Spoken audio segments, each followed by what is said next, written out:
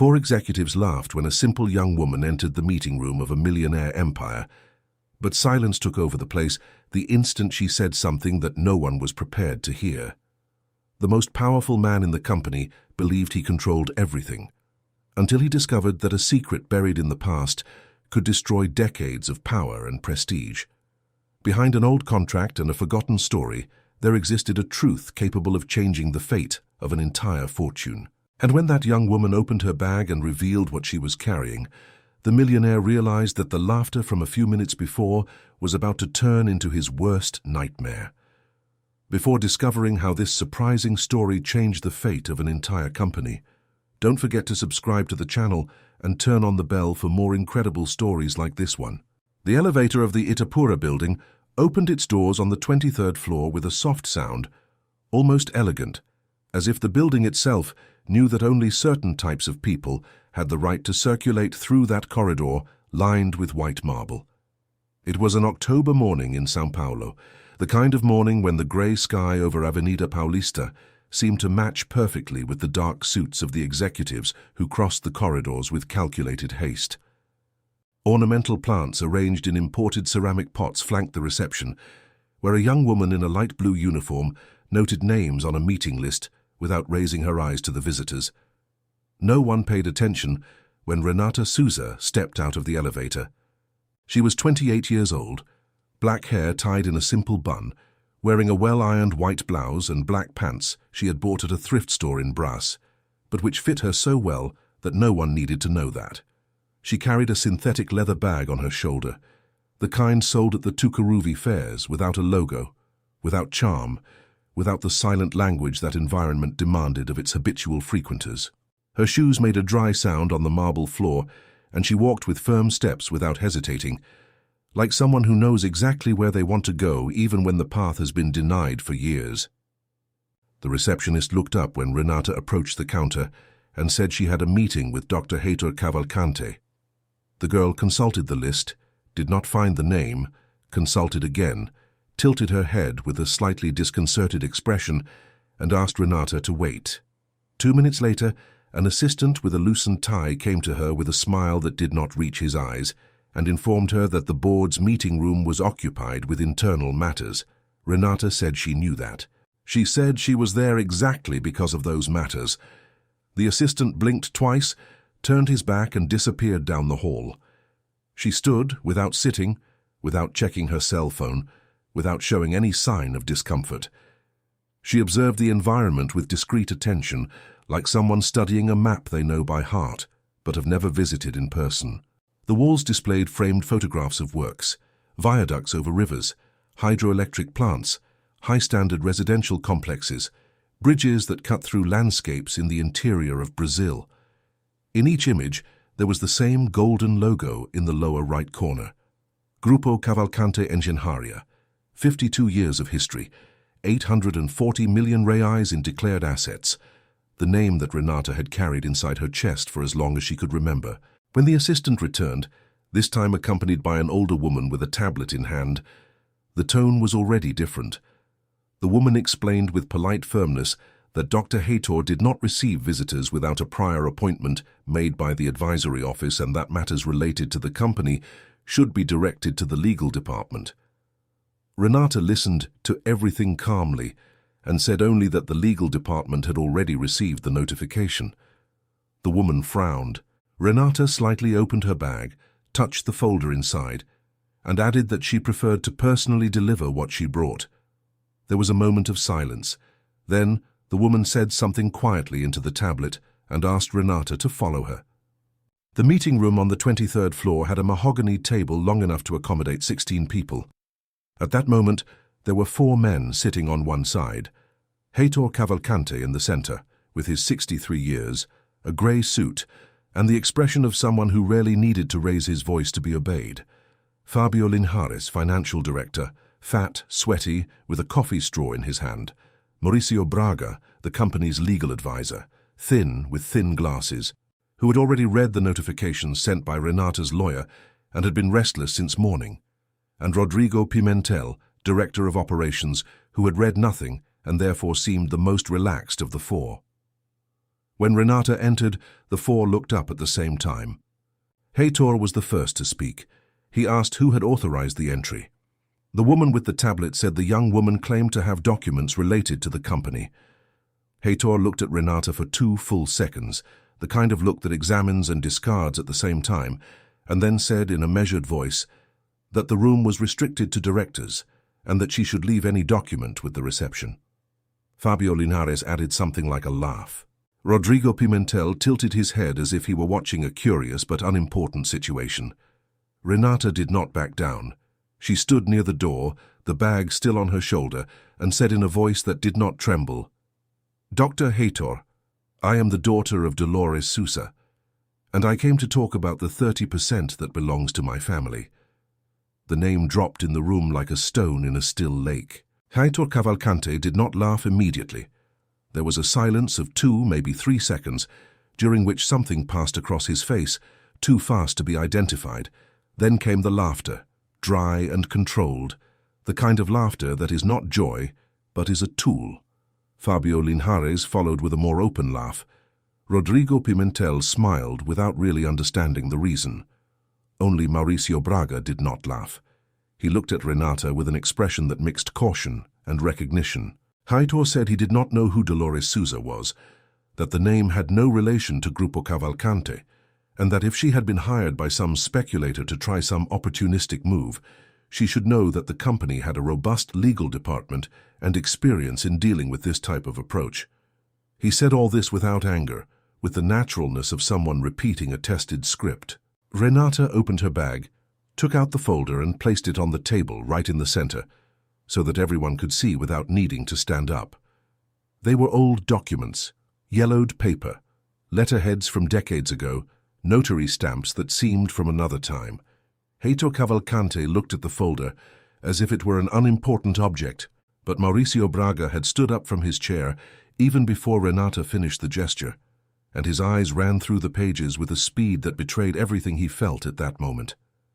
Renata said, still standing, still firm, "This is the original articles of incorporation of what was once called Sousa e Cavalcante Engenharia, with my mother's signature, with the 30% registered at the notary's office, and with the case number that my lawyer filed this morning at the Court of Justice of São Paulo." Fabio Linares' laughter disappeared. Heitor Cavalcante looked at Renata for a long moment. Then he looked at Mauricio Braga. The lawyer said nothing, but his expression said everything. Heitor turned his eyes back to the young woman in the white blouse and simple bag who had arrived without an appointment, without an influential surname, without anything other than an old folder and a conviction that seemed to go through walls. And for the first time that morning, Dr. Heitor Cavalcante did not know exactly what to say. Dolores Sousa had arrived in São Paulo on a bus from the Tietê bus station on a rainy Sunday in 1987, at 17 years old, with a canvas suitcase and the address of a cousin who lived in a boarding house room in Bom Retiro. She came from the interior of Maranhão, from a small town where the future had a very well-defined appearance for girls of her condition. Early marriage, children soon, heavy work for the rest of her life, without anyone remembering her name. Dolores had decided while still a teenager that she did not want that future, not out of arrogance, not out of illusion, but because she had inside her something she couldn't quite name, a way of seeing things, of reading people, of perceiving what was behind what was said, a kind of silent intelligence that the people around her didn't quite know what to do with. In her first years in São Paulo, she worked at everything that came up. She cleaned offices, served in snack bars, folded clothes in downtown stores. She didn't complain, she didn't stop, she didn't expect anyone to come and make the way easier. Gradually, she learned the city, learned how companies worked from the inside, who really ruled behind the scenes, where the money was that didn't appear in the spotlight. She had an exceptional memory for names, for connections, for the kind of detail that most people discard as irrelevant. And she had, above all, a rare ability to make people trust her. That was how she met Ernesto Cavalcante. He was a civil engineer, the son of a middle-class family from the interior of São Paulo, with genuine technical talent and an equally genuine difficulty for the world of business. He had founded a small structural design office in a rented townhouse in the Mooca neighborhood, with 2 employees and a list of clients that barely paid the rent. He was an honest man, hard-working, good at what he did, but who didn't know how to convert technical competence into contracts, how to present himself to the right people, how to enter a room and convince someone that his work was worth what he asked. Dolores worked as a cleaning assistant in that same townhouse, and it was on a Tuesday afternoon, while organizing the papers he had left scattered across the table, that she noticed a serious error in the budget of a proposal that would be delivered the next day. She told him. He couldn't believe it. She explained in simple but precise language where the problem was and how to correct it. Ernesto looked at her as if he were seeing her for the first time and said in a low voice that she understood more about business than half the engineers he knew. The partnership that was born from there was not the result of romanticism or generosity. It was the practical recognition of 2 complementary talents. He knew how to build, she knew how to negotiate. Ernesto formally proposed that she enter as a partner with 30% of the shares, in exchange for what she was already doing informally. Mapping opportunities, cultivating relationships, opening doors where he alone couldn't even touch. The contract was registered at the notary's office in 1992 in a simple but legally valid document, which transformed the small Musca office into Sousa e Cavalcante Engenharia. The first contracts Dolores brought were small but solid. She knew who needed what, because she knew the city from the bottom up. She knew the brokers, the building managers, the construction managers who complained about the lack of good suppliers. She knew how to talk to each type of person without them feeling they were being convinced, because she wasn't convincing anyone. She was solving real problems with the right tools. In 3 years, the company doubled in size. In 5, it was already participating in medium-sized tenders and had a name in the sector. It was during this period that Heitor entered the story. Heitor Cavalcante was Ernesto's nephew, a business administration graduate from the Fundação Getúlio Vargas, with the kind of presence that meeting rooms immediately recognize. Tall, articulate, well-dressed, with the confident speech of someone who learned early on that appearance and posture are worth as much as content in the corporate world. Ernesto invited him to help in the administrative management of the company, which had grown too fast to be managed by the 2 original partners. Dolores accepted, although something in her, that usual silent intelligence, recognized a man with eyes that calculated before smiling. Heitor was efficient. He reorganized processes, modernized accounting, brought a more corporate language to the company. But from the beginning, he treated Dolores with a cordiality that had the texture of distance. He never called her by name without a slight delay, as if he needed to remember. He never included her suggestions in the minutes without reframing them in a way that erased the authorship.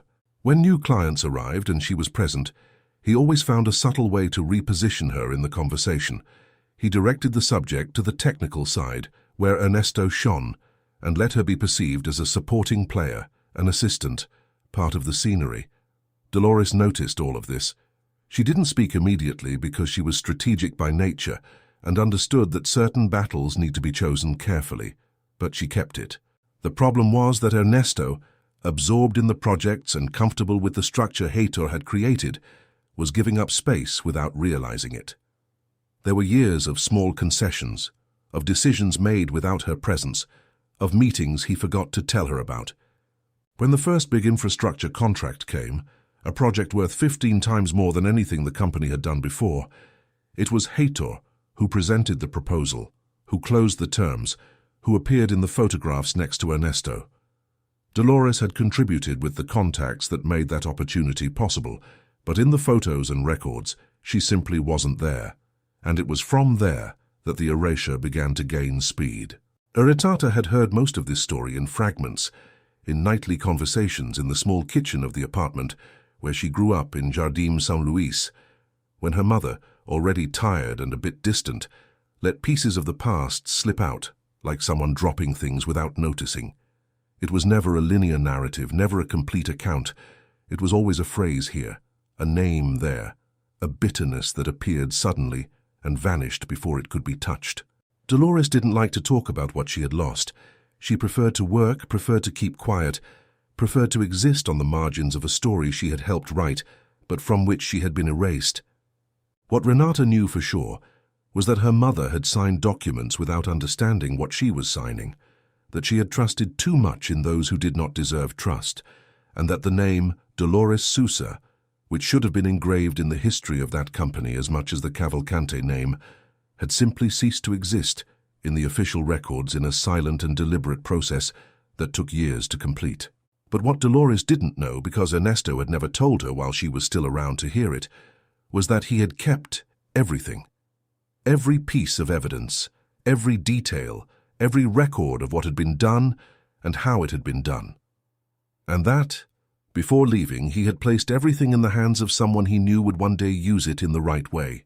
Renata's lawyer was named Claudio Mireles, and he was the type of professional who didn't appear on lists of trendy law firms or have profiles in business magazines, but who knew every article of Brazilian corporate law with the intimacy of someone who spent 15 years dismantling fraudulent contracts in courtrooms without spotlights. He was thin, his hair starting to thin at the temples, wore a medium-quality suit and spoke slowly, with a precision that people usually confused with slowness until they understood that he never wasted a word. Renata had found him 3 years earlier, in a case unrelated to Grupo Cavalcante, when he acted in a labor succession case involving a seamstress from Brass whose rights had been systematically ignored by a medium-sized company. There was something in that lawyer she recognized immediately, the willingness to take seriously what the world tried to make invisible. After weeks of conversations, of documents brought in plastic bags, of nights reconstructing a timeline from fragments, Claudio had told her, with his usual seriousness, that the legal basis was solid, that the strategy needed to be impeccable, and that when the time came they would need much more than the original contract. The time had come. While Renata left the 23rd floor that October morning, with Mauricio Braga still hunched over the folder of documents and Heitor Cavalcante maintaining a composure that his eyes belied, Claudio had already filed the initial petition in the Court of Justice of São Paulo. It was a 47-page document that narrated, in technical and precise language, the history of the original partnership, the trajectory of Dolores Sousa's erasure, and the evidence that supported the request for recognition of the heir's rights. The case number was registered, the precautionary measure had been requested to preserve the company's assets during the process, and the deadline for the defense's response had been opened. But Claudio knew that legal processes are slow, expensive, and depend on evidence that can withstand well-funded challenges. Grupo Cavalcante had money to hire the best law firms in São Paulo, to delay, to create alternative versions, to make time work against a young woman without resources. Therefore, he and Renata had worked for months on a plan that went beyond the notary documents. They needed testimonies. They needed people who were willing to speak about what they had seen. And there was one person in particular whom Claudio had suspected for some time could be the key to everything. Her name was Patricia Cavalcante, Heitor's wife for 22 years, a former history teacher who had given up her career when she married, and who in recent years had become an increasingly discreet figure in the group's social events, replaced in public appearances by Heitor with various pretexts: health, family commitments, trips that never happened. Those who knew the couple closely said the marriage had dried up inside long ago, sustained by appearance and the financial structure that held them together in a convention that neither seemed happy to maintain. Renata had obtained Patricia's number through an indirect route, through a former company employee who had been fired without just cause 2 years earlier, and who kept certain grudges with the same loyalty other people keep photographs. She had sent a simple, direct message, without beating around the bush, that she was Dolores Sousa's daughter and needed to talk. Patricia took 4 days to respond. When she did, she said only an address and a time. Patricia's apartment was in Consolação, in a medium-high standard building, far from the couple's main address, which was a townhouse in Jardins that Heitor used as a fiscal address. Renata discovered later that that apartment was Patricia's private retreat, the only space that was completely hers, where Heitor rarely appeared and where she had built over the years a parallel life made of books, potted plants, and silences she learned to inhabit alone. They met on a Wednesday afternoon. Patricia opened the door with the expression of someone who has made a difficult decision and is already past the phase of doubting it. She was 51 years old, dark hair with white strands she didn't hide, and eyes Renata couldn't immediately classify. They were the eyes of someone who knows a lot and who for a time thought knowing was enough to stay standing. They sat in a small living room, with floor-to-ceiling bookshelves and a window overlooking a tree-lined street. Patricia served coffee without asking if Renata wanted any, with the naturalness of someone receiving visitors on their own terms. Then she was silent for a moment, looking at the cup, and then said she had waited for such a conversation for a long time, although she never knew exactly what form it would arrive in. Renata asked what she knew about Dolores Sousa. Patricia took a deep breath. She said she knew more than Heitor imagined, that in the first weeks after the marriage, when she was still treated as a confidant and partner, Heitor had commented on the former partner with that specific indifference of someone who discards what they do not consider a threat. That years later, in a moment of anger during an argument about other matters, he had said things that Patricia kept, not because she wanted to use them, but because she didn't know what to do with them, and that there were recordings. Renata remained quiet. Patricia continued. She said she hadn't planned to record anything, that the recordings existed because during a period when the marriage had reached a critical point, she had started recording conversations out of an instinct for self-preservation, without knowing exactly what she needed to protect herself from, and that in those recordings there were things that concerned not only the marriage but the company. Decisions made, documents altered, names mentioned with a familiarity that revealed complicity. Renata asked if she would be willing to collaborate with the process. Patricia raised her eyes from the cup and looked directly at her. She said she had spent 22 years in a silence that had consumed her from the inside, that she had reached a point where the cost of remaining silent was higher than any consequence of speaking, and that yes, she was willing. When Renata left that apartment that afternoon, the late afternoon light covered Consolação with that specific orange that São Paulo displays in the most unexpected moments. She called Claudio while still on the sidewalk and said only, "We have Patricia." On the other side, she heard the lawyer take a deep breath before saying, with his usual calm, that now the game had truly changed. The news of the lawsuit reached the market before Grupo Cavalcante's communications office had time to prepare any response. A column specializing in business law published a short but precise note, using only the information contained in the public filing at the court, and within 48 hours, the name Cavalcante Engenharia was circulating in the WhatsApp groups of the construction and infrastructure sectors with the speed that only corporate rumors can achieve. No one yet knew the extent of what was at stake, but the market read uncertainty with an almost biological sensitivity, and uncertainty was enough to generate discomfort. Heitor Cavalcante called an emergency meeting with his legal team the day after the publication. Mauricio Braga had spent the night reviewing the documents Renata had left in the room, confirming what he had feared since the moment he saw them. The authenticity was unequivocal.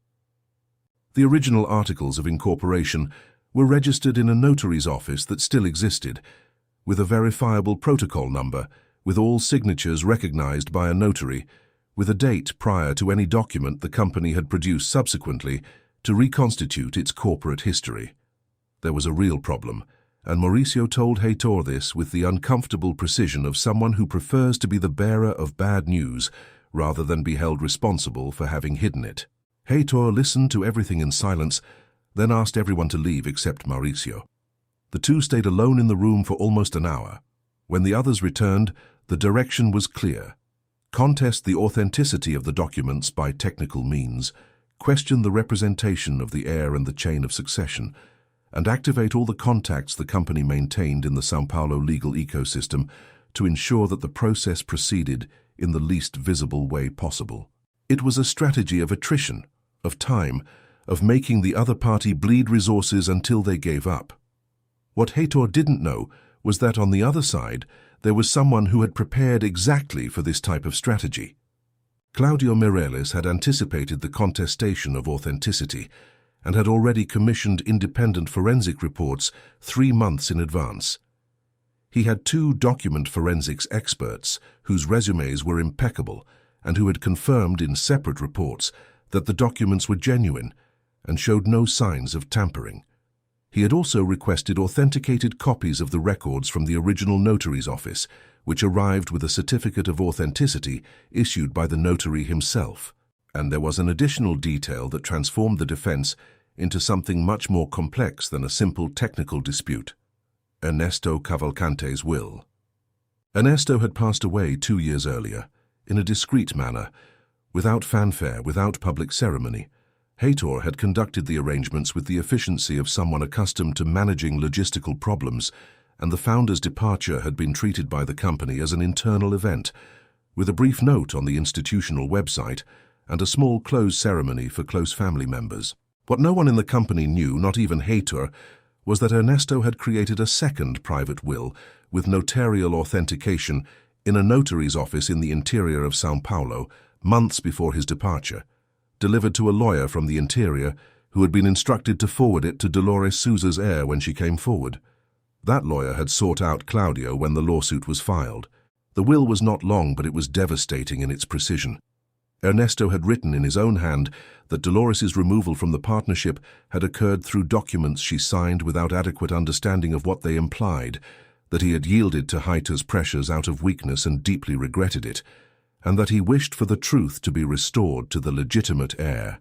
He had also included a list of internal documents he had kept, describing their locations with precision, including an external server he kept under the control of a former personal assistant, completely separate from the company's infrastructure. Claudio was still working to recover the documents from the server when Renata received an unexpected message. It wasn't from Patricia, it wasn't from the lawyer. It was from a number she didn't recognize, and the message said only, "We need to talk. I am Antonio Sales. I worked as legal director of Grupo Cavalcante for 14 years. Antonio Sales had left the company 2 years earlier in a dismissal that was officially framed as restructuring, but which the market interpreted as a rupture.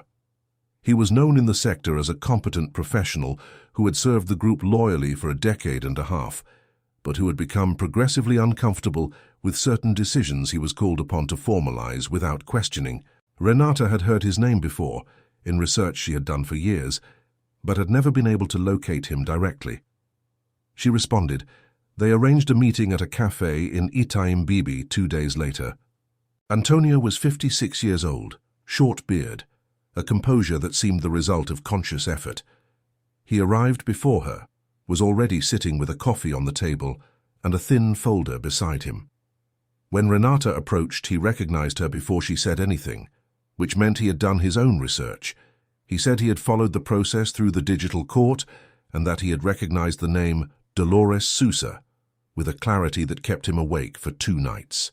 He told her that he had been responsible for legally formalizing part of the corporate restructuring that had erased Dolores from the company, that he had received instructions from Heitor and had followed them without asking the questions he knew he should ask, that he had rationalized his omission with arguments that over time became increasingly impossible to sustain.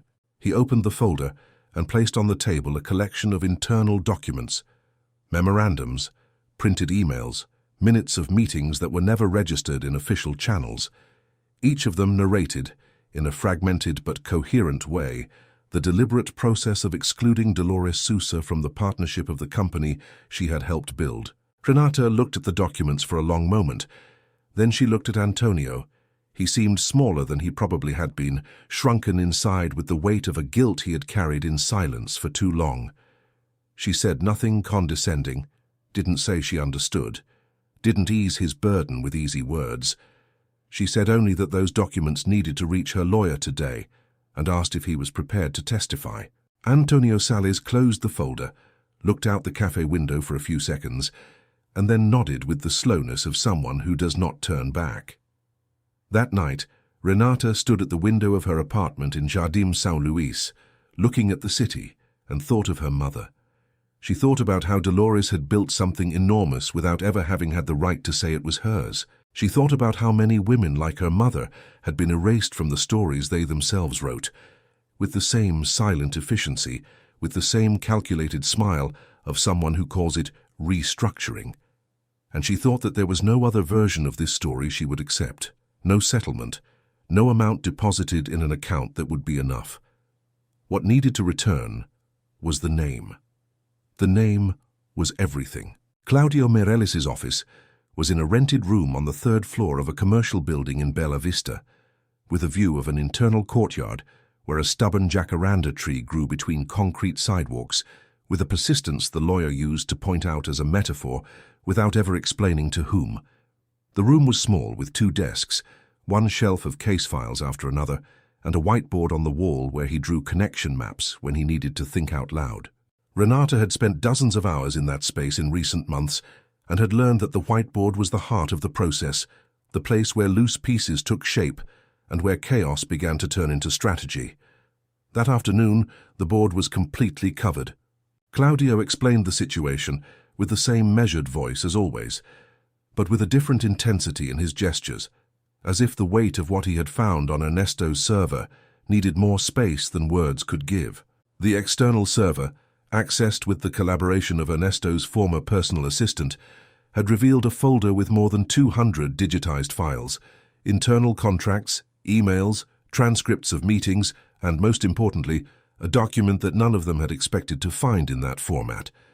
It was a detailed statement, written by Ernesto Cavalcante over several months, which narrated with surgical precision each stage of the process by which Dolores had been removed from the partnership. The document was not just a personal account, it was a technical confession, with dates, values, document names, protocol numbers, and descriptions of the circumstances in which each paper had been presented to Dolores for signature. Ernesto described how Heitor had used her trust, her difficulty with complex legal language, and her genuine belief that the documents were routine procedures to execute what he had planned over 2 years. He also described his own cowardice, how he had let it happen, how he had told himself it would be temporary, how he had postponed the correction until postponing became the permanent choice. Claudio said that that document, combined with the formal will with Antonio Sales' files and with Patricia's recordings, formed an evidentiary structure he had rarely seen gathered in a single process. He said the question was no longer whether Renata would win, but in how much time and on what terms, and that they needed to think about this carefully because Heitor Cavalcante had enough resources to make any victory expensive enough to look like a defeat. Renata listened to everything and was silent for a moment. Then she asked about Patricia's recordings. Claudio opened a different folder. He said he had listened to the audios Patricia had delivered the previous week, which were about 4 hours of conversations recorded on different occasions over 3 years. Most of it was domestic, discussions about the couple's finances, plans, routine disagreements, but there were specific excerpts in which Heitor, in moments of carelessness or anger, commented on the company in ways that confirmed what the written documentation already indicated. There was one recording in particular, made on a night when Heitor had arrived home irritated with a former employee who had commented on the company's history, in which he said, with a clarity that the microphone had captured without mercy, that that woman had signed the papers because she was naive, and that no one would go after anything because she had no money for a lawsuit. Claudio said that specific excerpt would be devastating in a hearing. What came next was unexpected, even for those prepared for surprises. 3 days after that meeting, Mauricio Braga contacted Claudio on his own initiative, not in Heitor's name, not as a representative of the group. He contacted him personally, asking for a private meeting without his client knowing. Claudio consulted Renata before accepting, and she said yes, she wanted to be present. The three met at a co-working office in Brooklyn on a Thursday morning.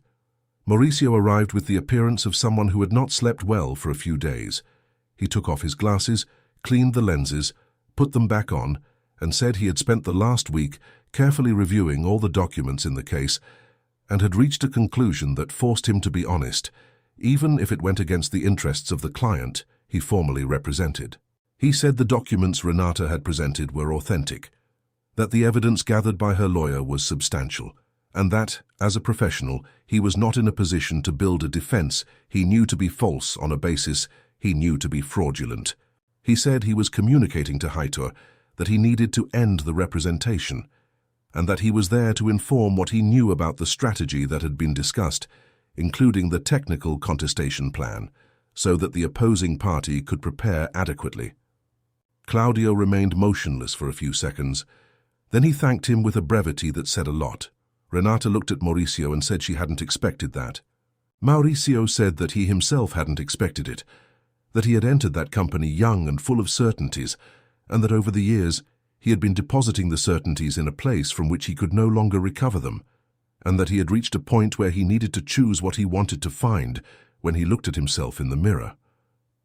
After Mauricio left, Renata and Claudio stayed for a moment in the silence of the empty co-working space. Claudio said that changed the timeline.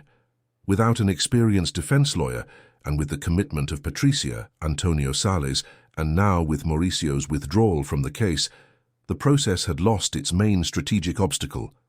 The main hearing would be scheduled soon, and this time Heitor Cavalcante would not have the layers of protection he had built over decades on his side. Renata thought about what was to come.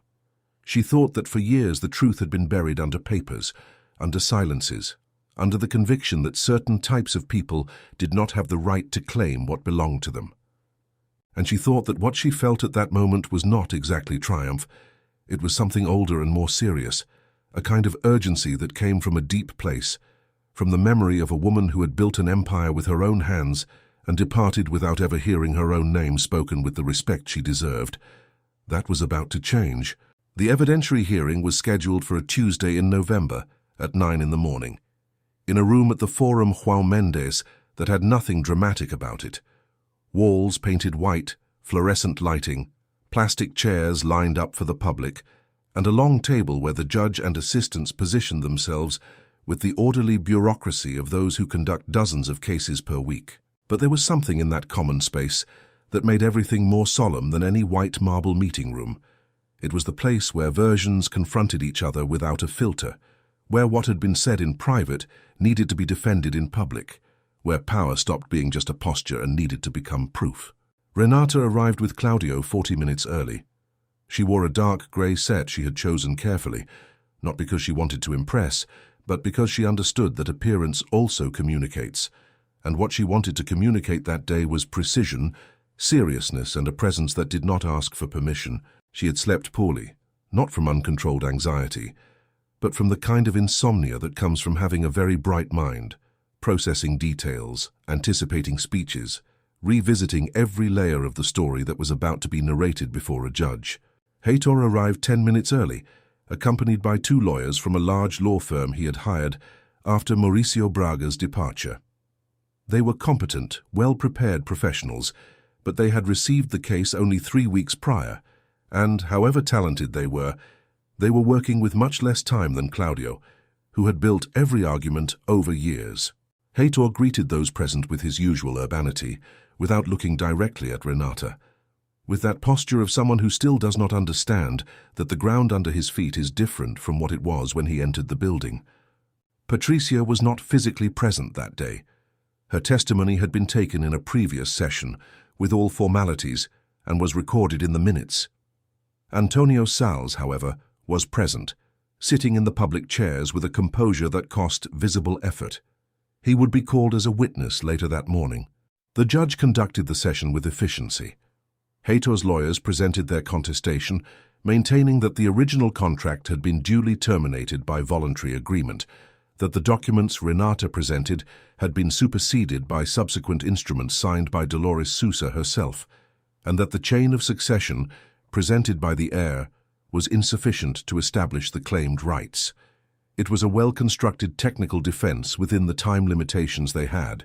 Claudio responded with the methodology he had prepared over months. He presented the forensic reports on the authenticity of the original documents. He presented Ernesto's detailed statement, duly authenticated, in which the founder himself narrated the process by which the subsequent documents had been produced, and how Dolores had been induced to sign them. He presented the certificate of the formal will, which reiterated the founder's position on the irregularity of the partner's removal.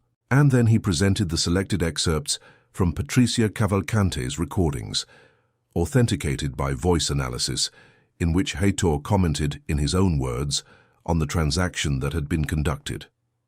The silence that settled in the room during the reproduction of one of the excerpts was the type that happens not from an absence of sound, but from a very specific presence, that of a truth that finds the right space to exist. When Antonio Sales was called to testify, he spoke with the firm voice of someone who had rehearsed what he would say not to impress, but to ensure he would not falter at the right moment. He confirmed point by point what the documents described. He confirmed that he had received instructions to formalize the partner's removal in a way that appeared voluntary. He confirmed that the documents signed by Dolores had been presented to her in circumstances that did not allow for an adequate understanding of the content. And he confirmed that he had kept the documents he delivered to Renata because a part of him knew from the beginning that what he had done was wrong. Heitor's lawyers tried to question Antonio's credibility based on his previous dismissal from the company, suggesting personal motivation. Claudio had anticipated this and presented a letter of recommendation from Heitor himself, written 2 months after Antonio's dismissal, in which he praised him effusively and thanked him for his years of dedication, which made the narrative of personal resentment implausible. Heitor listened to everything from his chair without showing anything externally, but Renata observed him with attention and saw in the small movements, in the slightly clenched jaw, in the way the pencil between his fingers spun faster and faster, that the man who had laughed at her 6 weeks ago was no longer on familiar ground. During the break, Claudio approached Renata and said in a low voice that the judge had requested the main pieces for review and had scheduled a second session for closing. He said the progress had been better than expected and that there was a real possibility of a favorable decision without the need for additional forensics, given the consistency and quantity of the evidence presented. Renata went to the forum's bathroom, stood alone for a few minutes before the mirror, and thought of her mother. Not with sadness, not with anger, but with a kind of presence she felt when she needed an anchor. Dolores had worked her whole life without expecting anyone to come and solve what had been done to her. She had moved forward with that silent dignity that is sometimes confused with resignation, but which up close looked more like the stubbornness of plants that grow in concrete, without announcement, without applause, just growing. Renata looked at her own reflection and thought that she was not there for herself. She was there because certain stories do not end until they are told in full, with all the names in the right place, and because someone needed to be the voice of someone who had built an empire without ever having had the right to say, "This is also mine." She dried her face, adjusted her coat, and returned to the courtroom with the same firm step with which she had entered the 23rd floor on that October morning that had started everything. The days between the hearing and the second session were the longest Renata had lived since she started the process. They were not days of inaction. There were additional documents to review, a complimentary forensic analysis of the recordings that the judge had requested ex officio, and meetings with Claudio that started at 8 in the morning and sometimes didn't end before nightfall. But there were also spaces between tasks, moments when she stood still with her coffee cooling on the table and her thoughts slipping to places where legal logic did not reach. It was during one of those intervals that Patricia contacted her again. The message was simple. She wanted to meet Renata personally, not about the case, but about something she thought she needed to know. They met at the same apartment in Consolação on a Wednesday afternoon, with the late afternoon light coming through the living room window and the silence of the neighborhood replacing the agility with which the two used to speak of strategy. Patricia had made a decision Renata didn't expect. She had hired her own lawyer and was formalizing a separation. She said the decision hadn't been made because of the lawsuit, that it had matured over many years, and that the lawsuit had been just the last element that made it impossible to ignore what she already knew. She said this without drama, with the tranquility of someone who has reached the other side of a difficult decision and discovered that the ground was still there. But what she wanted to tell Renata was something else. She said that in the last few days she had revisited some of the moments of which she had kept memory without ever having organized them properly, and that she had remembered a conversation she had had with Ernesto Cavalcante about 4 years ago, before he fell ill. They were not habitually close. They were relatives by affinity, distant relatives, the kind of relationship that exists on the edges of an extended family without real intimacy. But on that specific occasion, at a family event where Heitor had left early and Patricia had accidentally stayed in a corner of the garden where Ernesto was also alone, they had exchanged a few words. Ernesto had asked her, delicately but directly, if she was happy. Patricia had said yes by reflex. He had been quiet for a moment, and then had said, without her completely understanding at the time, that he hoped she knew that what had been done to Dolores had not been with the consent of his conscience, that he had allowed it, that he had faltered, and that he carried that. Patricia had interpreted it as the talk of an aging man, regretful of something vague. Only now, with everything that had happened, did she understand what he had tried to say.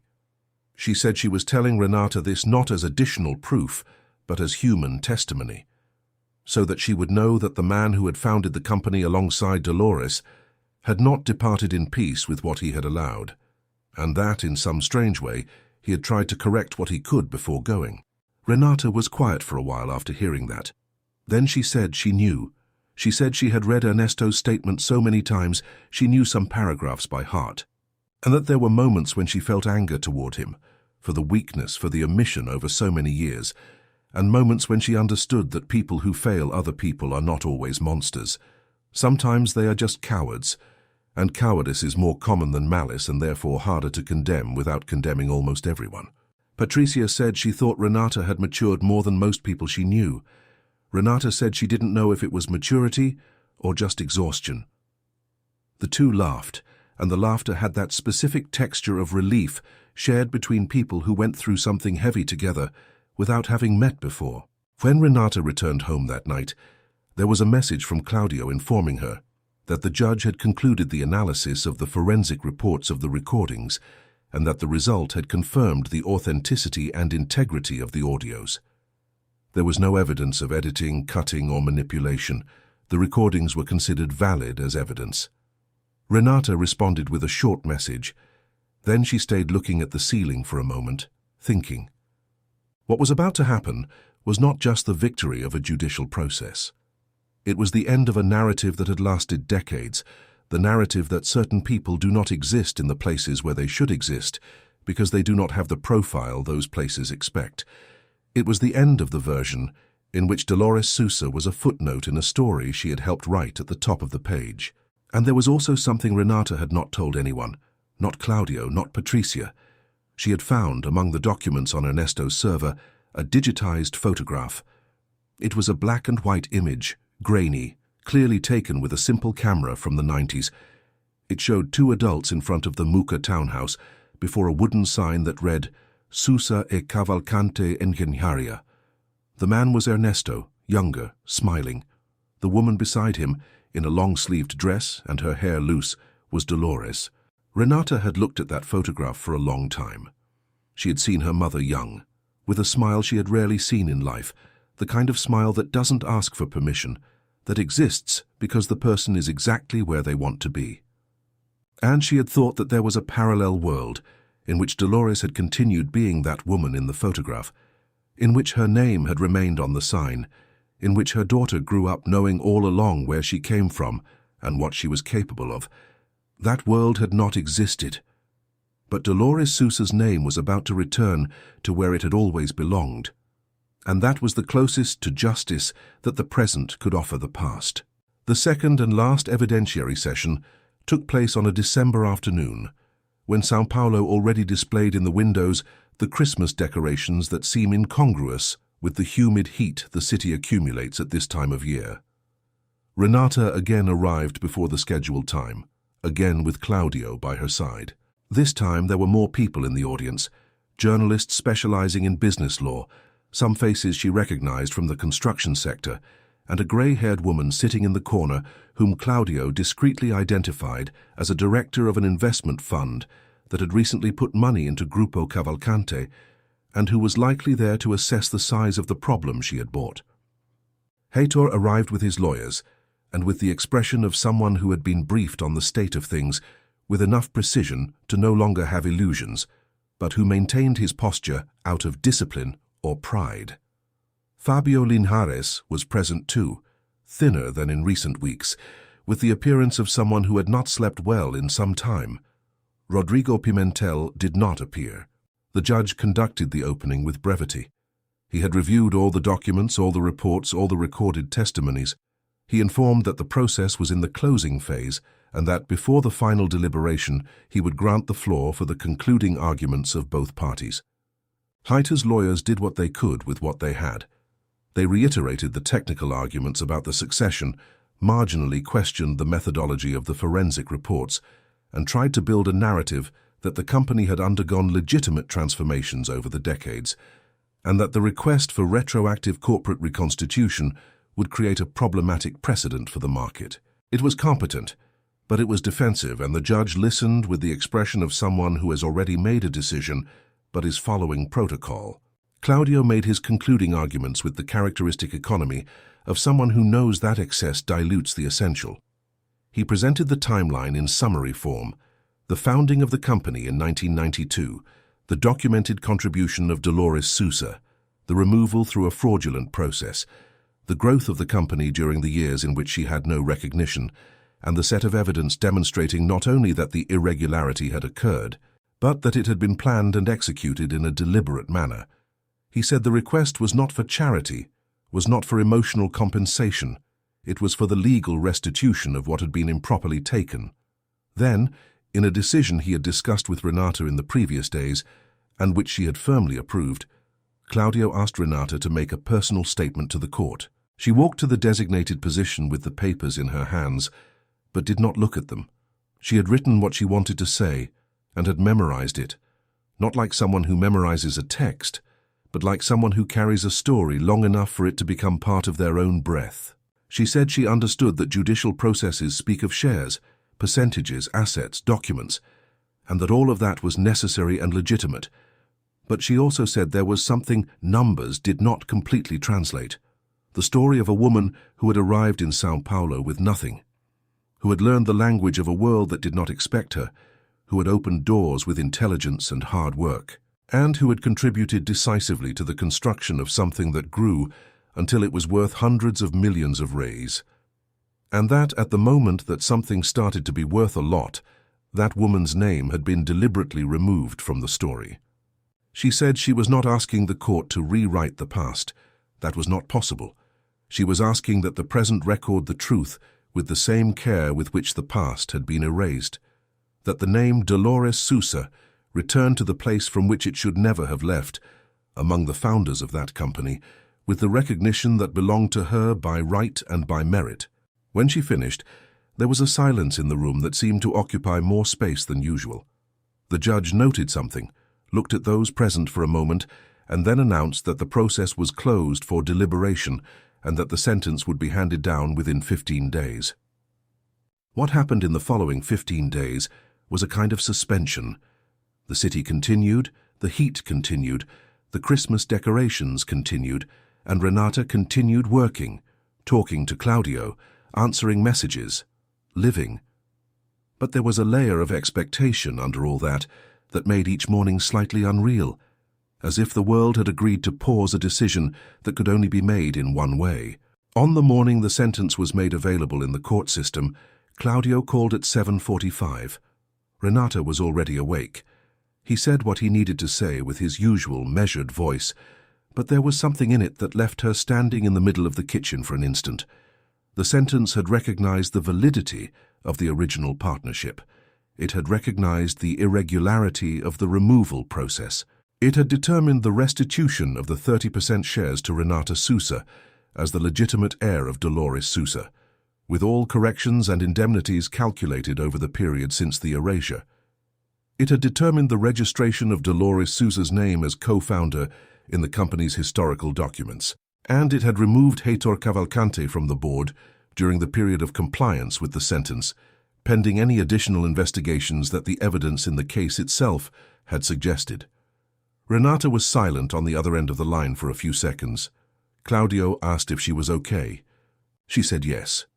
She said she was thinking of her mother, that she was trying to imagine what Dolores would say if she knew, and that the answer that arrived, with that internal voice that is sometimes the only one that tells the truth, was that her mother would probably say little because Dolores had never been a woman of many words when emotions were great, but that she would take her daughter's hands and squeeze once, firm, in the way she had of saying what didn't come out of her mouth. Claudio said it was a beautiful image. Renata said it was all she had. Then she hung up the phone, stood in the kitchen for another moment, and then went to the window. The city was out there, huge and noisy and indifferent as always, doing what São Paulo does every day, moving forward without asking much about what happened yesterday. But something had changed in a record that the city did not note anywhere, and that was therefore more permanent than any document. The truth had found its address. 6 months after the sentence, on a June morning when São Paulo woke up with a dry cold that the city rarely displays, but which when it appears has that clean quality of air that makes everything seem sharper, Renata entered the Itapura building for the first time as a recognized shareholder through the main door on Avenida Paulista. There was no ceremony scheduled. There was no press photographer. There was no journalistic coverage. There was only her, with her bag on her shoulder, the same one she had carried the first time, and Claudio beside her, whom she had insisted on bringing not as a lawyer, but as a witness, because there are moments that need a person who understands what they mean. The receptionist at the entrance was not the same one from October, but the light blue uniform was identical. The young woman looked up when Renata approached, checked the name on the list with routine efficiency, and said that Dr. Fabio Linhares, who had assumed interim management after Heitor's removal, was waiting on the 12th floor for the integration meeting. Renata said thank you with the naturalness of someone who always knew she would be treated this way, even if it wasn't what she had experienced the last time she was there. In the elevator, Claudio looked ahead and said, with the economy that was his trademark, that it had been a good job. Renata said it had been a long job. He agreed, and said the two things were not mutually exclusive. The meeting with Fabio Linhares lasted just over 2 hours, and was conducted with a professional cordiality that had a slight flavor of unresolved embarrassment. Fabio was a man who had been on the wrong side of a story he had likely believed was different from what it was, and who now needed to operate within a new reality with the same pragmatism he had applied to the previous one. Renata had not come to humiliate, had not come to confront.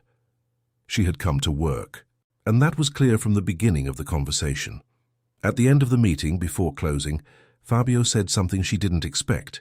He said he had discovered, in the internal archives he had accessed during the transition, an old photographic record that had been found in a forgotten folder in a dead file on the 10th floor. It was the digitization of a photograph he had ordered printed in high resolution. He pushed an envelope across the table. Renata opened it. It was the same photograph from Ernesto's server, but in better quality. Dolores and Ernesto before the Muca townhouse, with the wooden sign in the background. And there was a detail that the digitized version had not shown clearly. At the bottom of the sign, below the company name, there was a smaller line with 2 names: Ernesto A. Cavalcante, Dolores M. Sousa. Renata looked at the photograph for a long moment. Fabio said, with a voice slightly different from the one he had used during the whole meeting, that he had forwarded that image to the communications department with the request that it be included in the historical gallery the company maintained in the entrance lobby, and that the recognition plaque being made by determination of the sentence, with Dolores Sousa's name as co-founder, would be installed later that month in the same lobby. Renata folded the photograph carefully and put it in the inner pocket of her bag. Outside the building, on the sidewalk of Paulista, she and Claudio stood for a moment in the June cold, with the movement of the avenue around them, buses, cars, people in coats and disposable coffees, the city doing what the city does. Claudio said he was going to have lunch in Bixiga and asked if she wanted to come. She said no, she wanted to stay a bit. He nodded, squeezed her shoulder in passing, and walked away down the sidewalk until he disappeared toward the subway. Renata stayed. She looked at the building. She looked at the sign at the entrance with the golden logo of Grupo Cavalcante that she had looked at so many times in photographs and documents that it seemed almost familiar. She thought that in a few days, in the lobby of that building, there would be a plaque with her mother's name. Not on the 23rd floor, not in a meeting room closed to those who do not have the right profile. In the lobby, where anyone who entered could read it. Dolores Maria Sousa, co-founder. She hadn't achieved that, her mother. She had departed without knowing Ernesto's remorse existed, without knowing there were documents kept, without knowing that a daughter she had raised with work and silence and much poorly expressed love had spent years gathering what she needed to restore a stolen story. She had departed with her dignity intact, but with her name erased, and that was an injustice that no judicial sentence completely undoes. But there was something that remained.